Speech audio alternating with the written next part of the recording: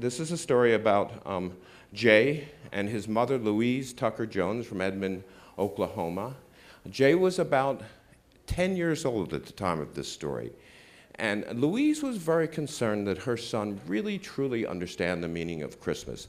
Now, she knew Jay got very excited at Christmas time. She knew Jay knew that Christmas meant presents, and usually that meant a new addition to his G.I. Joe collection. And that's what he loved the most. And he spent a lot of time in his room playing with his G.I. Joes.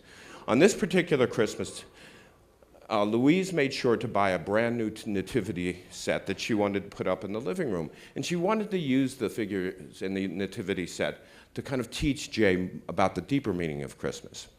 So as she brought the set home, she opened it up, and she and Jay went through each figure, and they unwrapped them, and they unwrapped the wise men, and Louise explained to Jay the wise men, and they unwrapped the animals, and she explained how the animals kept Jesus warm with their hot breath on that cold winter's night. And they unwrapped the figure of Jesus. And Louise told Jay who Jesus was and why he came into the world for us. And then they unwrapped the figure of an angel. And Jay said, "Oh, I know that. That's like my angel." Now, Jay, every night when Jay went to bed, he told his mother about the angel that stood guard at the door to his bedroom. And he used to tell his mother, using the limited speech he had and some sign language, that angel stood guard over him at night while she slept. So she didn't need to worry about Jay because the angel watched over him.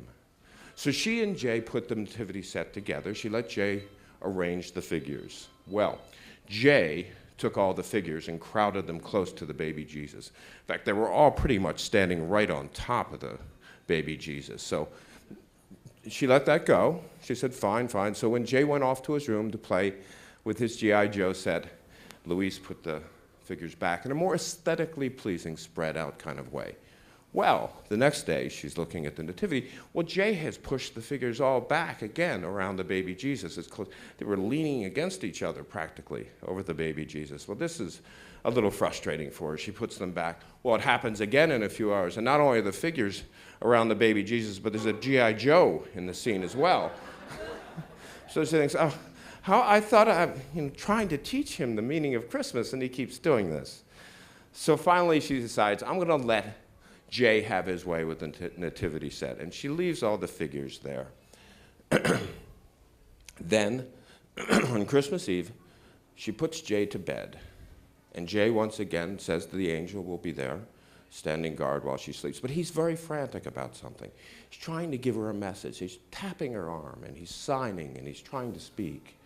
And she says, Jay, what is it? Jay, what is it? And he says, it's my angel. It's my angel. And she says, yes, I know your angel's there. He's always there. You tell me that every night. And she said, no.